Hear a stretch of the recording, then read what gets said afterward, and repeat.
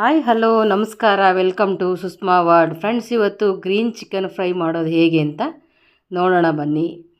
Friends, ಈ green ಫ್ರೈಗೆ ಬೇಕಾಗಿರುವಂತಹ ಸಾಮಗ್ರಿಗಳು ನೋಡೋಣ.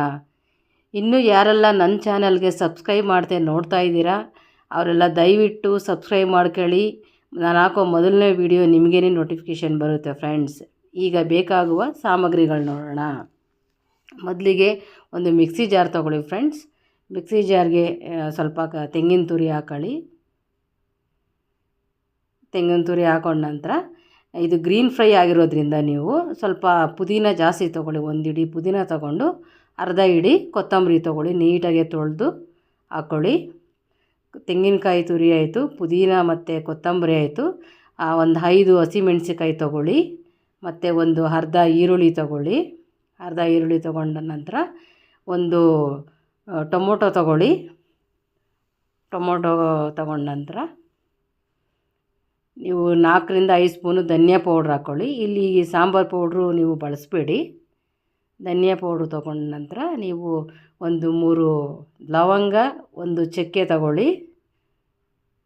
ಅದಾದ ನಂತರ ಒಂದು 10 ಮೆಣಸು ತೊಗೊಂಡು ಸ್ವಲ್ಪ ನೀರು ಹಾಕ್ಕೊಂಡು ನುಣ್ಣಗೆ ಪೇಸ್ಟ್ ಮಾಡ್ಕೊಳ್ಳಿ. ನೋಡಿ, ಪೇಸ್ಟ್ ರೆಡಿ ಆಯ್ತು. ಇವಾಗ ನೋಡಿ, ರೆಡಿ ಆಯಿತು. ಈ ತುಂಬ ಈಸಿ ಇದೆ, ಯಾರು ಬೇಕಾದರೆ ಇದನ್ನ ನೀವು ಮಾಡ್ಕೊಬೋದು.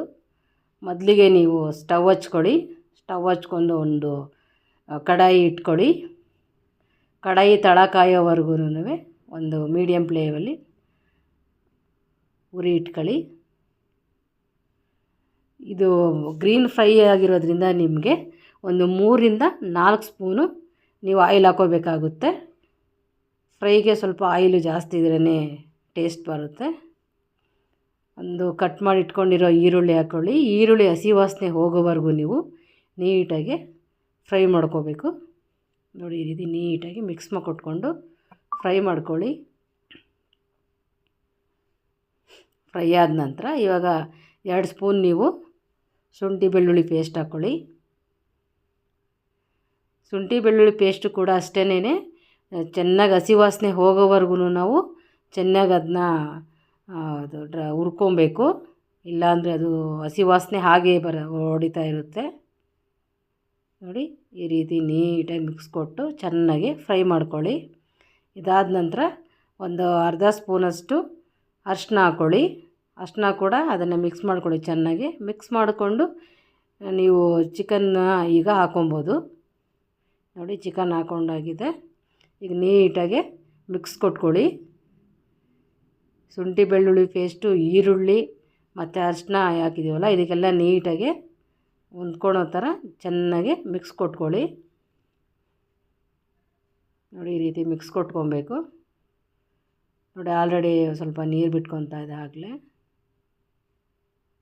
ನೋಡಿ, ಈ ರೀತಿ ನೀಟಾಗಿ ಮಿಕ್ಸ್ ಕೊಟ್ಕೊಂಡ ನಂತರ ನೀವು ಒಂದು 5 ನಿಮಿಷ ಲಿಡ್ ಕ್ಲೋಸ್ ಮಾಡಿ ಬೇಯೋದಕ್ಕೆ ಬಿಡಬೇಕು.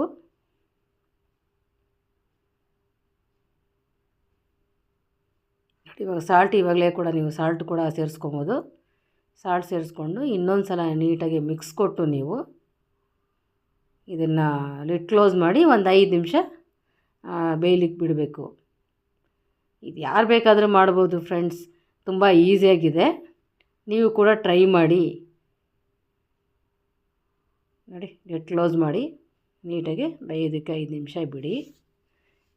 ಈ ಗ್ರೀನ್ ಫ್ರೈನ ನೀವು ಚಪಾತಿ ಕೂಡ ಬಳಸ್ಕೊಬೋದು, ಚೆನ್ನಾಗಿರುತ್ತೆ ಕಾಂಬಿನೇಷನು. ನೋಡಿ, ನೀಟಾಗಿ ನೀರು ಬಿಟ್ಕೊಂಡಿದೆ. ಇನ್ನೊಂದು ಸಲ ನೀವು ನೀಟಾಗಿ ಮಿಕ್ಸ್ ಕೊಟ್ಟು ಇನ್ನೊಂದು 2 ನಿಮಿಷ ಹಾಗೆ ಮುಚ್ಚಿಡಿ.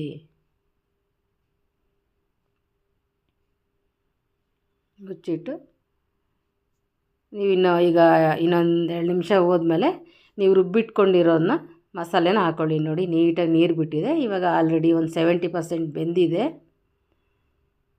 ಇವಾಗ ನೀವು ಮಸಾಲ ಹಾಕ್ಕೊಂಡು ನೀಟಾಗಿ ಮಿಕ್ಸ್ ಕೊಟ್ಕೊಳ್ಳಿ.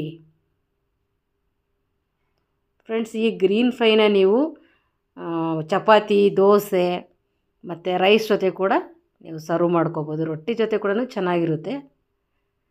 ಯಾವುದಕ್ಕಾದರೂ ನೀವು ಕಾಂಬಿನೇಷನ್ ಮಾಡ್ಕೊಬೋದು.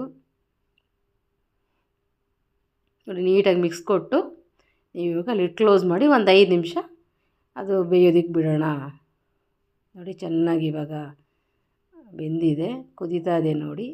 ಇನ್ನೊಂದು ಸಲ ಮಿಕ್ಸ್ ಕೊಟ್ಕೊಳ್ಳಿ. ಚೆನ್ನಾಗಿ ಬೆಂದಿದೆ.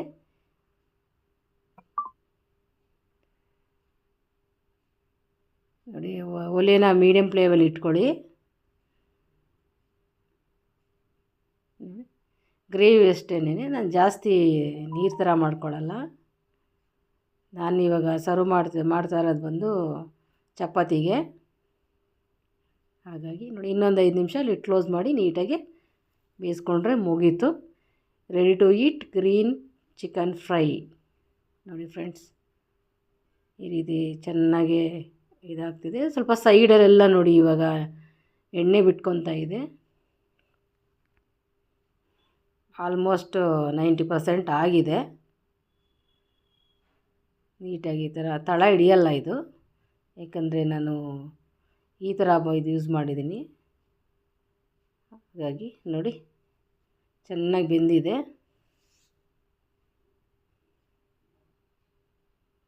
ನೋಡಿ ಜಸ್ಟ್ ಅಷ್ಟೇ ಮುಗೀತು ಫ್ರೆಂಡ್ಸ್. ನೋಡಿ ನೀಟಾಗಿ ಮಿಕ್ಸ್ ಮಾಡ್ಕೊಂಡು ಸರ್ವ್ ಮಾಡ್ಕೊಂಡ್ರೆ ready to eat green chicken fry friends.